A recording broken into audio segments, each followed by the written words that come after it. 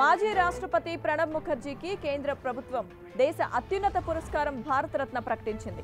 ప్రణబ్ ముఖర్జీతో పాటు దివంగత నానాజీ దేశ్ముఖ్, భూపేన్ హజారికాకు కూడా భారతరత్న పురస్కారం దక్కింది. సాధారణంగా జీవించి ఉన్న వారికి భారతరత్న పురస్కారం ప్రకటించడం అరుదుగా జరుగుతూ ఉంటుంది.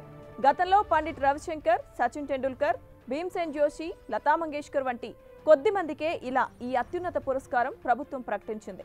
1935 డిసెంబర్ 11న జన్మించిన ప్రణబ్ ముఖర్జీ కాంగ్రెస్ పార్టీలో ప్రముఖుడిగా వ్యవహరించడంతో పాటుగా రాజకీయ జీవితంలో అనేక పదవులు నిర్వహించారు. అయితే అనూహ్యంగా కాంగ్రెస్ పార్టీ ఆయన్ని రాష్ట్రపతి పదవికి ప్రతిపాదించి ఆశ్చర్యపరిచింది. అలా దేశానికి 13వ రాష్ట్రపతిగా 2012 జూలై 25 నుంచి 2017 జూలై 25 వరకు దేశానికి సేవలందించారు. ప్రణబ్ ముఖర్జీ ఇక నానాజీ దేశ్ముఖ్ విషయానికి వస్తే 1916 అక్టోబర్ 11న జన్మించిన ఆయన మహారాష్ట్రలోని ప్రముఖ సామాజిక సేవకులలో ఆయన ఒకరుగా గుర్తింపు పొందారు. 2010 ఫిబ్రవరిలో మరణించారు ఆయన. ఆర్ఎస్ఎస్ నేపథ్యం ఉన్న నానాజీ దేశ్ముఖ్కి ఇదివరలోనే పద్మ విభూషణ్ పురస్కారం దక్కింది. ఇక మరో భారతరత్న పురస్కార గ్రహీత భూపేన్ హజారికా అసోంకి చెందినవారు. 1926 సెప్టెంబర్ 8న జన్మించిన భూపేన్ బహుముఖ ప్రజ్ఞాశాలి, ప్లేబ్యాక్ సింగర్, పాటల రచయిత, స్వయంగా కవి. 2011 నవంబర్ 5న మరణించిన భూపేన్ హజారికాకు భారతరత్న పురస్కారం దక్కడంపై సంగీత ప్రపంచంలో హర్షం వ్యక్తమవుతోంది. మరిన్ని డీటెయిల్స్ మా ప్రతినిధి చైతన్య అందిస్తారు ఢిల్లీ నుంచి. చైతన్య,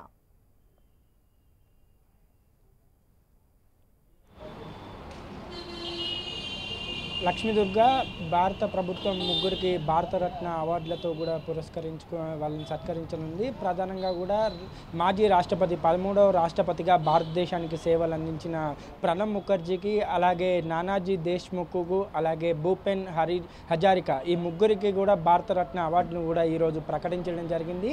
మరణానంతరంగా వీరిద్దరికి నానాజీ దేశ్ముఖ్కు అలాగే హజారికాకు వీరిద్దరికి కూడా మరణాంతరం భారతరత్నం ప్రకటించినప్పటికీ ప్రణబ్ ముఖర్జీ మాత్రం చాలా చాలా తక్కువ మంది బతుకున్నప్పుడే భారతరత్న స్వీకరించిన వారిలో ఉన్నారు. అటల్ బిహారీ వాజ్పేయి కానీ, అలాగే సచిన్ టెండూల్కర్ కానీ, ఇలా చాలా తక్కువ మంది మాత్రమే ఈ కోవలో ఉన్నారు. వారికి భారతరత్న అవార్డు కూడా తీసుకోవడం జరిగింది. ఇంకా నానాజీ దేశ్ముఖ్ విషయానికి వస్తే ఆయన ఆర్ఎస్ఎస్ బావిగా ఉత్తరప్రదేశ్కు సంబంధించి రాష్ట్ర ప్రముఖగా ఉన్నారు. ఆ తర్వాత పార్లమెంట్ సభ్యునిగా కూడా ఆయన రాజకీయాల్లో కొన్ని కీలక పాత్రలు కూడా వహించడం జరిగింది. ఆయన సేవలు, దేశానికి అందించిన సేవలను దృష్టిలో పెట్టుకొని కూడా ఆయనకు భారతరత్న ఇచ్చి కూడా ప్రభుత్వం సత్కరించింది. అలాగే ఇప్పుడు హజారికా విషయానికి వస్తే ఆయన జానపద కళాకారుడు, చాలా మల్టీ టాలెంటెడ్ అని కూడా చెప్పుకోవచ్చు. ఆయనకు సంగీతము, అలాగే ప్లేబ్యాక్ సింగర్ గాను, చాలా రకాలుగా పోయెట్ గాను, పాటలు రాసే విధంగాను ఆయన సేవలు అందించారు. ఆయన పశ్చిమ బెంగాల్ తరఫున కూడా ఆయనకు నామినేట్ చేయడం, అస్సాం తరఫున కూడా ఆయన నామినేట్ చేయడం జరిగింది.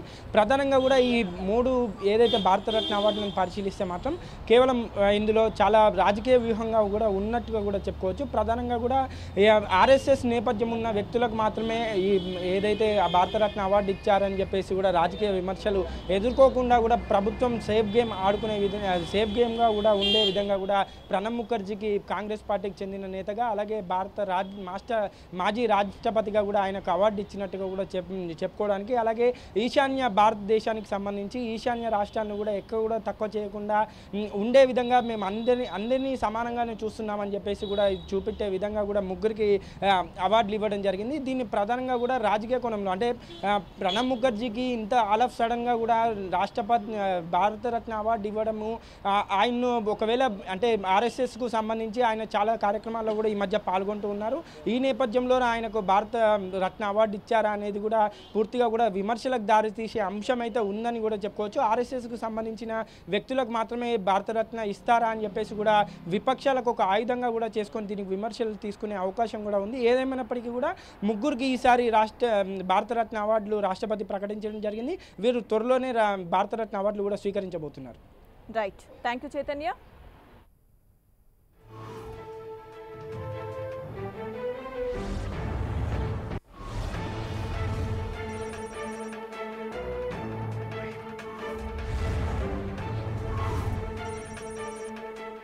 మాజీ రాష్ట్రపతి ప్రణబ్ ముఖర్జీకి భారతరత్న అవార్డు దక్కడంపై ప్రధాని నరేంద్ర మోడీ హర్షం వ్యక్తం చేశారు. రాష్ట్రపతిగా, పార్లమెంటేరియన్గా దేశానికి ఎనలేని సేవలు చేశారన్నారు. అలాగే నానాజీ దేశ్ముఖ్, భూపేన్ హజారికాకు కూడా భారతరత్న పురస్కారం దక్కడంపై ప్రధాని హర్షం వ్యక్తం చేశారు.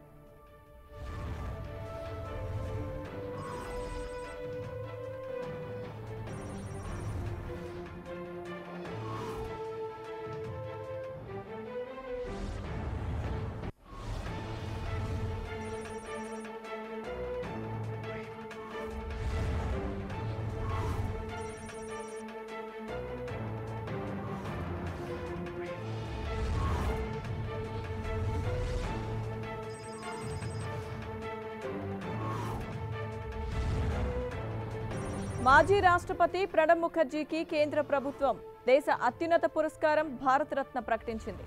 ప్రణబ్ ముఖర్జీతో పాటు దివంగత నానాజీ దేశ్ముఖ్, భూపేన్ హజారికాకు కూడా భారతరత్న పురస్కారం దక్కింది. సాధారణంగా జీవించి ఉన్న వారికి భారతరత్న పురస్కారం ప్రకటించడం అరుదుగా జరుగుతూ ఉంటుంది. గతంలో పండిట్ రవిశంకర్, సచిన్ టెండూల్కర్, భీమ్సేన్ జోషి, లతా మంగేష్కర్ వంటి కొద్ది మందికే ఈ అత్యున్నత పురస్కారం ప్రభుత్వం ప్రకటించింది. 1935 డిసెంబర్ 11న జన్మించిన ప్రణబ్ ముఖర్జీ కాంగ్రెస్ పార్టీలో ప్రముఖుడిగా వ్యవహరించడంతో పాటుగా రాజకీయ జీవితంలో అనేక పదవులు నిర్వహించారు. అయితే అనూహ్యంగా కాంగ్రెస్ పార్టీ ఆయన్ని రాష్ట్రపతి పదవికి ప్రతిపాదించి ఆశ్చర్యపరిచింది. అలా దేశానికి 13వ రాష్ట్రపతిగా 2012 జూలై 25 నుంచి 2017 జూలై 25 వరకు దేశానికి సేవలందించారు ప్రణబ్ ముఖర్జీ. ఇక నానాజీ దేశ్ముఖ్ విషయానికి వస్తే 1916 అక్టోబర్ 11న జన్మించిన ఆయన మహారాష్ట్రలోని ప్రముఖ సామాజిక సేవకులలో ఒకరిగా గుర్తింపు పొందారు. 2010 ఫిబ్రవరిలో మరణించారాయన. ఆర్ఎస్ఎస్ నేపథ్యం ఉన్న నానాజీ దేశ్ముఖ్కి ఇదివరకే పద్మవిభూషణ్ పురస్కారం దక్కింది. మరో భారతరత్న పురస్కార గ్రహీత భూపేన్ హజారికాకు అసోంకి చెందినవారు. 1926 సెప్టెంబర్ 8న జన్మించిన భూపేన్ బహుముఖ ప్రజ్ఞాశాలి, ప్లేబ్యాక్ సింగర్, పాటల రచయిత, స్వయంగా కవి. 2011 నవంబర్ 5న మరణించిన భూపేన్ హజారికాకు భారతరత్న పురస్కారం దక్కడంపై సంగీత ప్రపంచంలో హర్షం వ్యక్తమవుతోంది.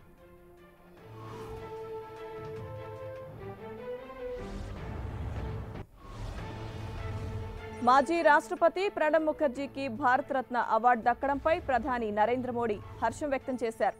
రాష్ట్రపతిగా, పార్లమెంటేరియన్గా దేశానికి ఎనలేని సేవలు చేశారన్నారు. అలాగే నానాజీ దేశ్ముఖ్, భూపేన్ హజారికాకు కూడా భారతరత్న పురస్కారం దక్కడంపై ప్రధాని హర్షం వ్యక్తం చేశారు.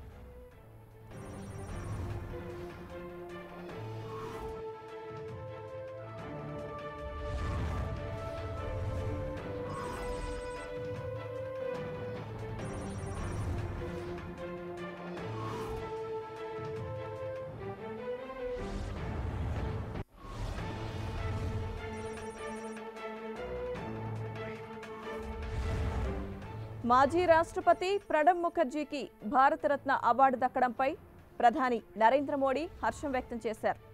రాష్ట్రపతిగా, పార్లమెంటేరియన్గా దేశానికి ఎనలేని సేవలు చేశారన్నారు.